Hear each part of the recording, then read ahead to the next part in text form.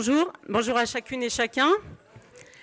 Donc voilà, je suis Corinne Durand-Miletto, j'ai 53 ans, je suis atteinte de spondyloarthrite ankylosante, c'est ce qu'il faut dire, monsieur le médecin, depuis 2008 et j'ai commencé par une uvéite. J'ai rejoint ACS France en 2015. Très rapidement, j'ai proposé à Franck de créer la délégation Auvergne.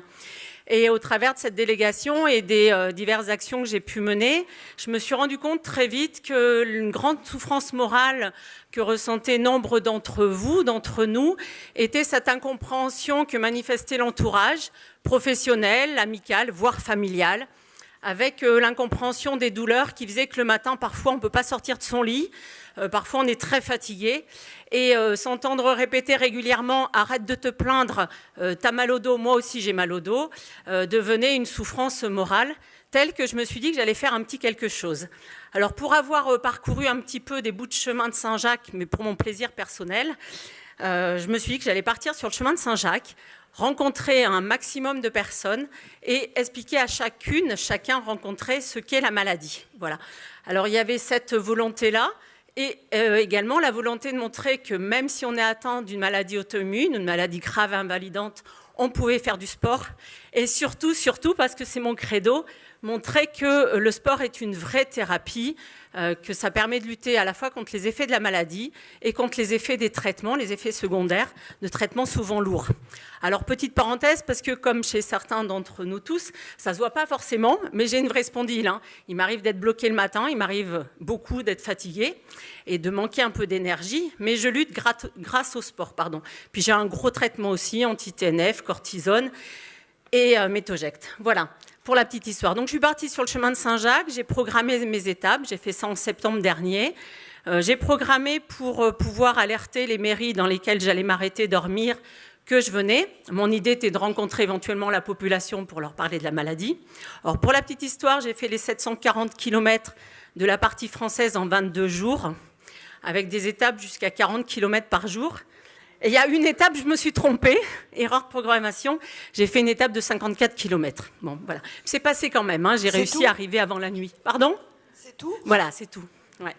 Et donc je suis partie avec mon chien, qui est mon fidèle compagnon de sport plein air, ma toile de tente, le sac à dos.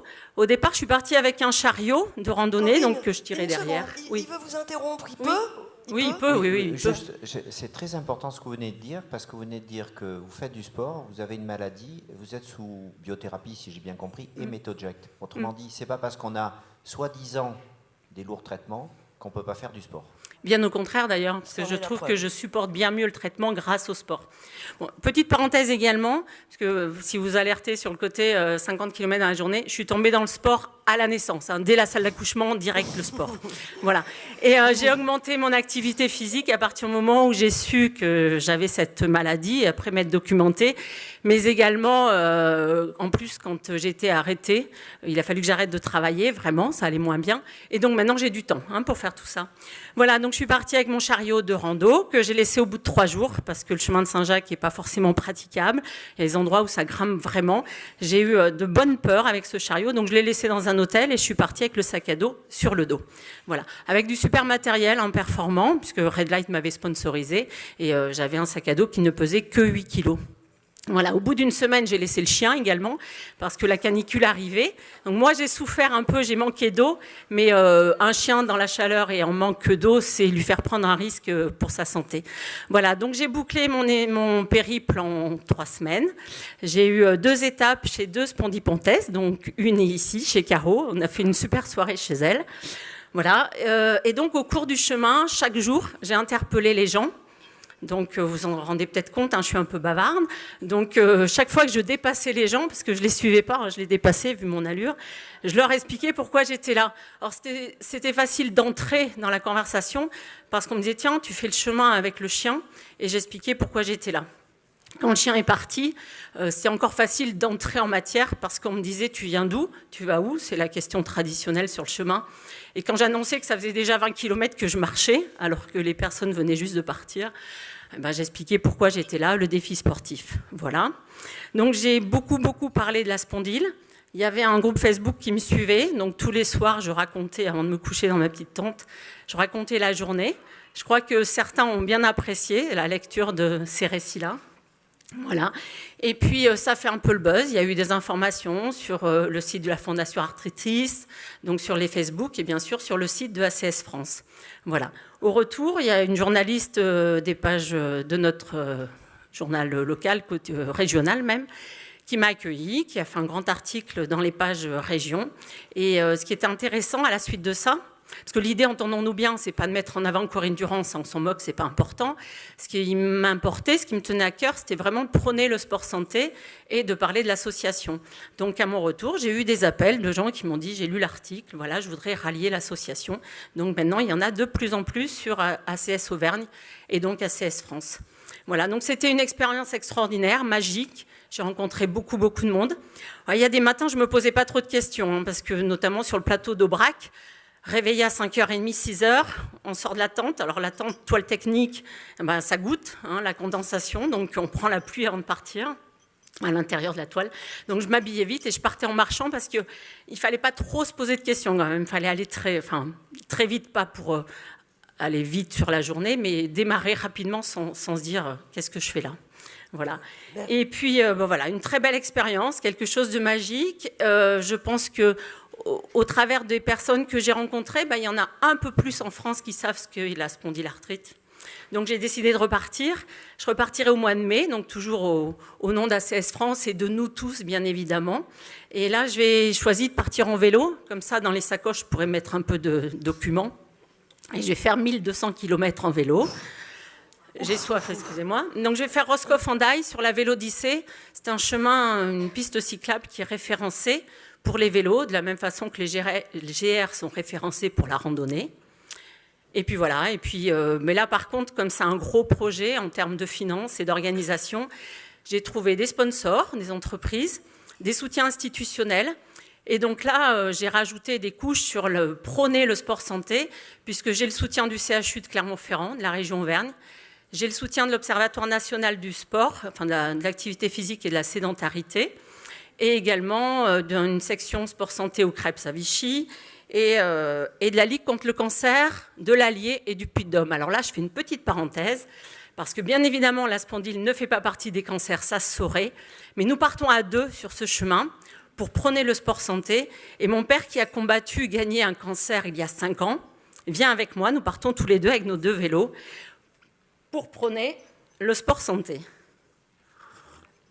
Donc on va également prouver que le sport est bon pour lutter contre le cancer et ses effets secondaires.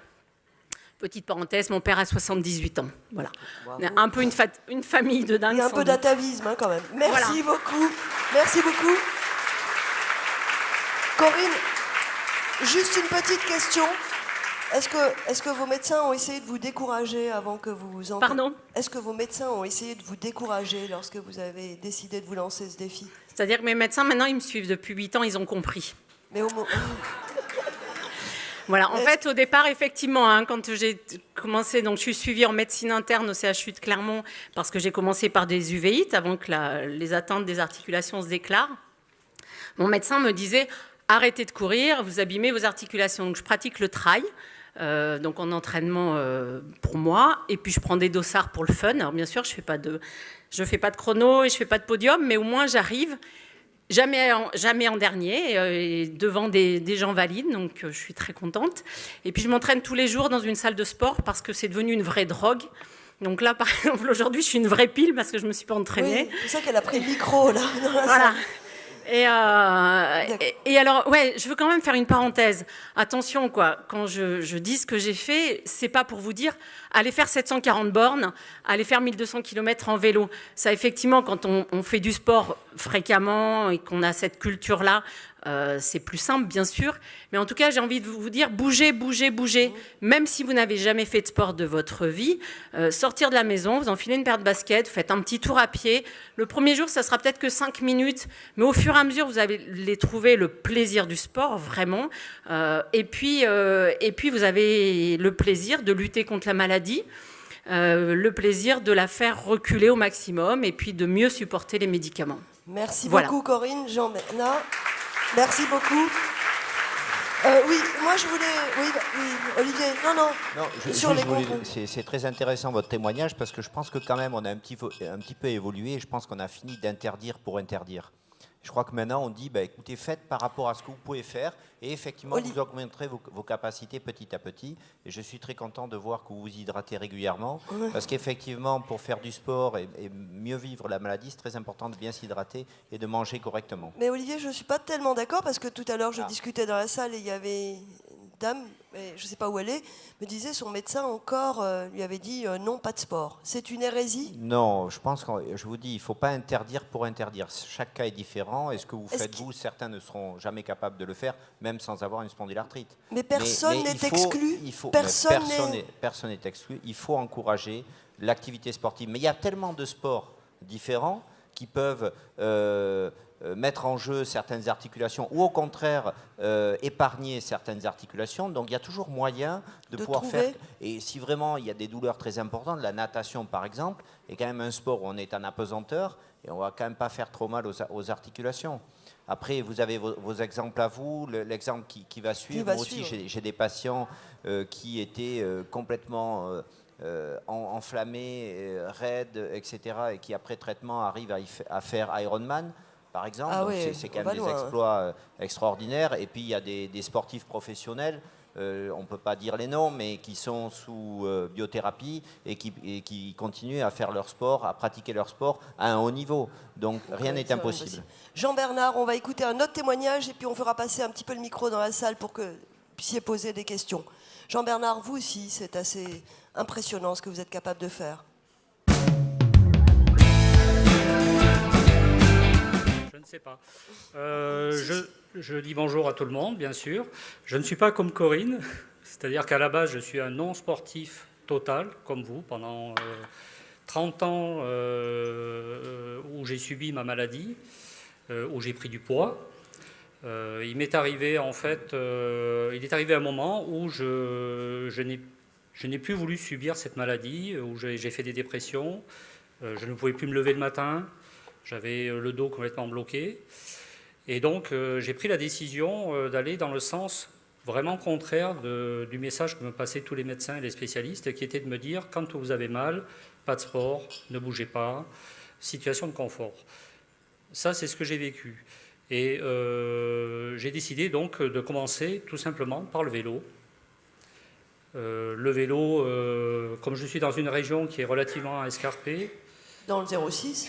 Dans le 06, voilà, donc je vous mets un petit peu la petite histoire, le résumé. Dans le 06, donc j'ai commencé par tout simplement faire du cyclotourisme, apprendre en tout cas le vélo et à faire du cyclotourisme. J'ai démarré en 2010. Et 2010-2011 ont été les années où j'ai appris à pédaler. Et j'ai découvert qu'en fait, l'impact qu'avait cette activité sur ma maladie était vraiment commençait à être bénéfique, c'est-à-dire que les uvéites que j'avais très très régulièrement, j'en avais au moins 2 par an, eh bien, commençaient à disparaître. Et le principal bénéfice que j'ai analysé, c'est qu'à partir d'une trentaine de minutes d'activité physique, mais vraiment très cool, ben, il se passe des choses physiologiquement qui font que ça déverrouille en fait votre corps. Et la suite, en fait, n'est qu'un vrai bénéfice. Malheureusement, pour moi, c'est qu'au bout de 2 années de vélo, j'avais envie, en fait, je m'ennuyais, j'avais envie de faire quelque chose de différent en termes d'activité, et je me suis orienté vers la course à pied. La course à pied, pourquoi ? Parce qu'en fait, ce que je recherche, moi qui suis non sportif à la base, c'est l'accès à une activité que je peux pratiquer le plus simplement possible, puisque je travaille à côté, bien sûr. Et donc, la course à pied, ça tombait sous le sens, puisque, je veux dire, qui n'a pas couru un jour, pris ses chaussures, mis un short et est allé courir. Donc, c'est ce que j'ai fait. Et j'ai découvert qu'en fait, ça, petit à petit, j'ai commencé à progresser. J'avais beaucoup de douleurs. Les médecins continuent à me dire que c'est pas bien. Il va falloir vous expliquer, les médecins, de ces 4. Hein. Mais il ne faut pas toujours écouter les médecins. Hein. Non, j'ai rien. Si vous devez retenir une chose de cette journée, c'est ça. Hein. Je n'ai absolument rien contre les médecins, puisque c'est un ORL qui a détecté ma maladie. Et je dirais qu'ils ont entièrement raison, sauf que j'ai un côté à la fois raisonnable et déraisonnable dans ma personnalité, qui est que depuis que je sais que effectivement je souffre et que j'ai cette pseudothérapie qui est le sport, je teste mes limites. Et j'ai découvert qu'en fait le corps avait des pouvoirs d'adaptation pour quelqu'un de tout à fait commun. Je ne fais pas de chrono, là je rejoins Corinne, c'est que je pratique toutes mes activités vraiment en étudiant l'effet que l'impact que ça a sur mon corps, en évitant les blessures. Par contre, ce que je fais, c'est que je pratique régulièrement des courses, parce que la course pour moi est synonyme de projet, et je construis en fait, c'est l'impact psychologique pour quelqu'un qui a une spondylarthrite. Je trouve que psychologiquement, se dire qu'on se donne un but à atteindre et qu'on va mettre en œuvre tranquillement des choses qui sont au niveau temps, parce qu'il faut y consacrer une priorité, du temps, et donc j'avance comme ça, et je construis un petit schéma jusqu'à la course, où la course qui pour moi en fait n'est qu'une finalité, le vrai plaisir je l'ai pris dans la construction du projet et son accomplissement. Et quand ça marche, ben, c'est merveilleux en fait, parce que vous êtes dans une course, vous participez à un événement et vous êtes avec des gens en fait qui sont majoritairement non malades. Eux ne savent pas que vous êtes malade. Ben, voilà, c'est parfait, quoi. Quand vous passez la ligne d'arrivée, c'est merveilleux, quoi. Moi, je trouve que c'est même extraordinaire. Et donc je suis arrivé en fait tout en faisant du vélo, bon an mal an, au marathon. Le marathon Nice-Cannes, je précise, qui est le plus beau marathon. C'est vrai. On confirme quand même, là. Hein, on fait un petit peu. Oui, c'est vraiment le plus beau marathon parce qu'il est en bord de mer et bon, la région de la Côte d'Azur est une très très belle région. Et je dirais que grâce au vélo aussi, j'ai oublié de le dire, c'est très important, mais le vélo et le marathon m'ont permis de redécouvrir une région que je connaissais peu en fait. Parce que lorsque l'on travaille... Vous êtes bordelais hein, quand même, on a noté. Hein. Il faut aimer la difficulté, voilà. Donc j'ai fait mon premier marathon, j'ai mis 6 mois pour m'en remettre. 6 mois parce qu'en fait j'étais un peu fort et puis j'avais mal géré en fait l'aspect récupération et l'aspect entraînement. Donc je me suis fixé un deuxième objectif, j'ai dit si tu es capable de faire un marathon, tu dois être capable d'en faire un deuxième, et un deuxième en pouvant courir les semaines qui suivent. Ça a été mon deuxième objectif. Et j'y suis arrivé en fait simplement en adaptant ma préparation, en me renseignant sur Internet, parce que sur Internet il y a énormément de sources d'informations sur la manière de courir et de s'entraîner. Et j'ai réussi, c'est ce que vous voyez au cours des années, en fait j'ai fait depuis 2012 1 à 2 marathons par an. Il est arrivé un petit accident en 2013 où j'ai rencontré Franck Gérald. C'est ça l'accident? Oui, c'est un accident parce que Franck est un incitateur né et il m'a invité dans ce très très beau projet du Mont Blanc, de l'ascension du Mont Blanc, avec des personnes donc porteuses de la maladie et qui me paraissait complètement farfelu parce que je n'avais jamais fait de montagne de ma vie. Donc, même si je faisais du sport, faire de la montagne, c'est autre chose. Et de la haute montagne, c'est tout autre chose.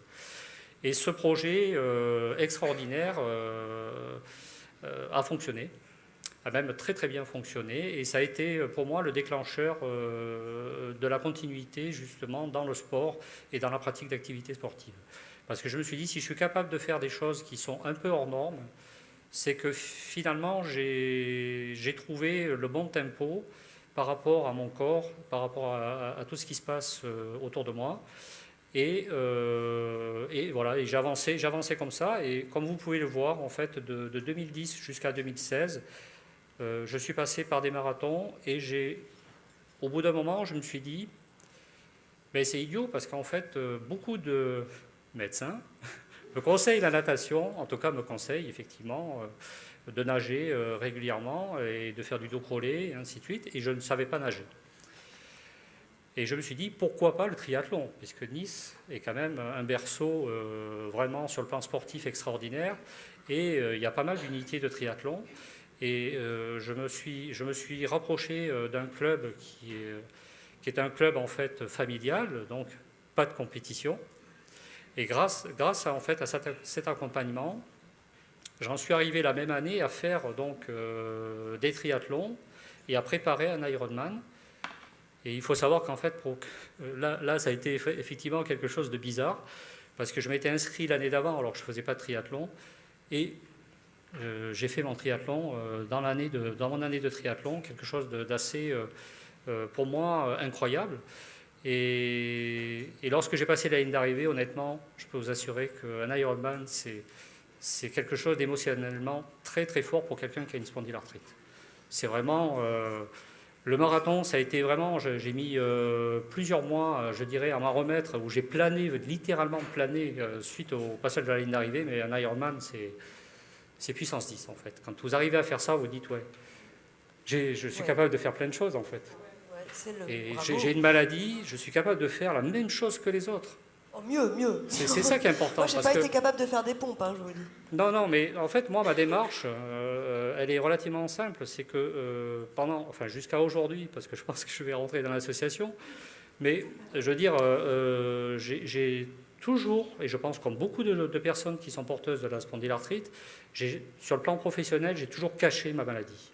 Parce qu'il y a toujours une connotation négative dans le monde professionnel et il y a toujours un risque par rapport à l'emploi. Donc j'ai toujours caché ma maladie et j'ai toujours eu un comportement qui a été celui de me rapprocher le plus d'une personne qui n'était pas porteuse de la maladie. Donc ça, c'était une petite parenthèse, mais je pense que elle est commune à tout le monde. Et donc je peux assurer que le sport en lui-même apporte des valeurs et surtout des choses sur le plan de l'équilibre corporel qui sont vraiment excellentes pour quelqu'un qui est porteur de la spondylarthrite. Et je dis bien le sport sous toutes ses formes. Ce que j'ai fait moi, c'est quelque chose de particulier. Par contre, pratiquer des activités sportives, chacun à son niveau, régulièrement, et j'insiste sur la régularité, parce que c'est la régularité dans la pratique des activités sportives qui apporte un réel bénéfice. Je peux vous assurer qu'on éprouve du bien-être, on récupère un équilibre mental important, parce que je suis passé par, comme je pense pas mal de personnes, par des dépressions, et aujourd'hui, j'ai un équilibre de folie, quoi. Allez, souriez. Bravo Jean-Bernard, on a vraiment envie de vraiment vous applaudir.